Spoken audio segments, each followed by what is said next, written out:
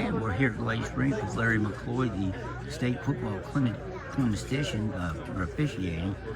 First of all, Larry, what's your status or update on the state of officiating? We always hear that there's a lack of officials.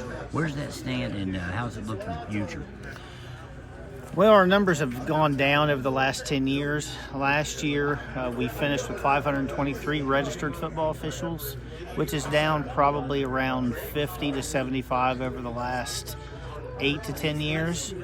One of the things that we have done, and we are putting it into effect this coming fall, and this really this summer, involves how officials get trained. We used to require in-person training for officials.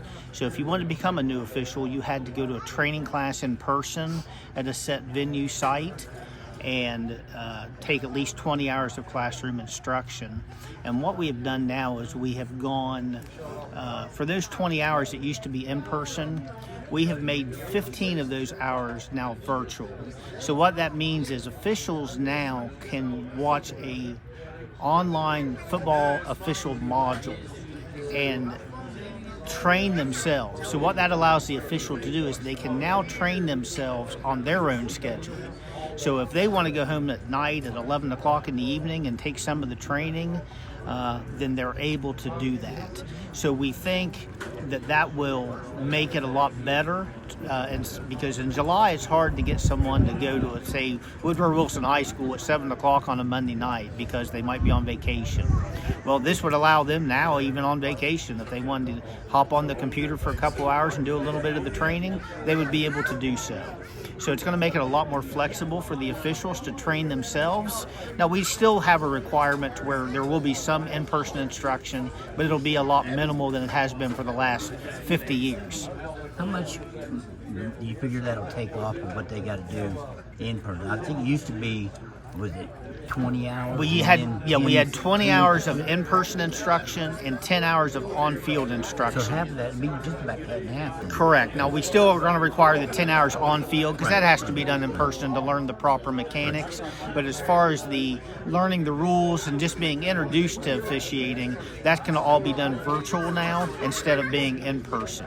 How many people do you think would the state need to have a good what is a good number you want to have of registered officials? I would like to have at least, in football alone, over 600. We've been over 600, between 600 and 700 in the past, and that's a good solid number.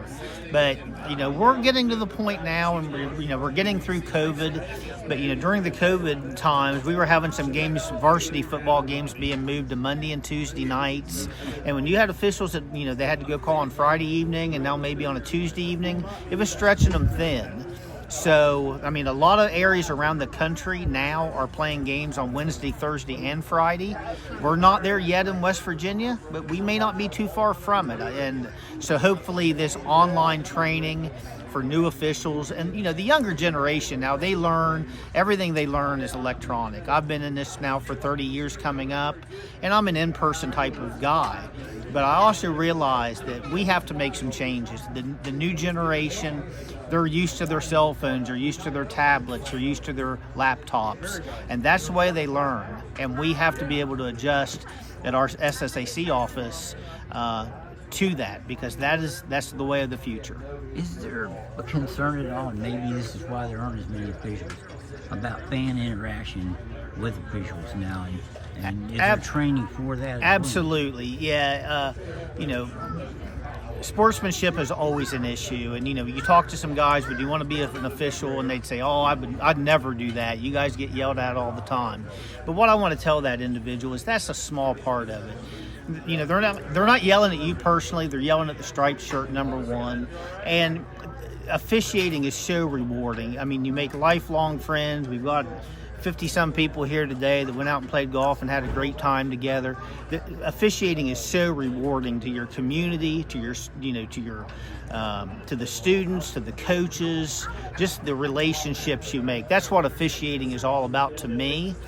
We're the only ones that's unbiased out there, and one call people are going to like, one call they're not. That's just part of it. But that's once again with officiating, it seems like the only thing that ever gets publicized when it comes to officials is the negative. Not what's the positives of officiating, but this guy missed this call. Well, it's not about the great calls that he made prior or whatever. It's always, the focus seems to me is always on the negative.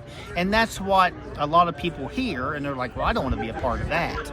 But there's so many positives in officiating, as there is, I'm sure, with coaches, as rewarding as well, that they get. That, you make lifelong friends doing what we do.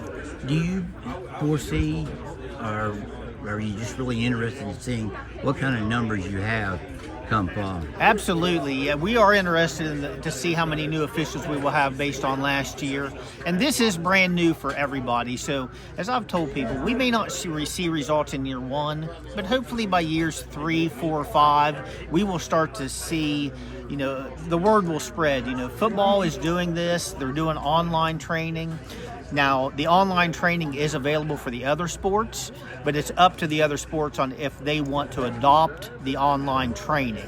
If they require in-person still, that's okay. That's up to the clinician for that particular sport. But in football, to be honest with you, we want to lead by example. We want to be the ones to say, hey, we're going to go out and try this, and hopefully everyone will follow what we're doing in football. Has there been a concern that you might not have enough guys? Absolutely. There's always a concern for especially the lower level games, your middle school contests, to get people to go out and to get the middle school games covered.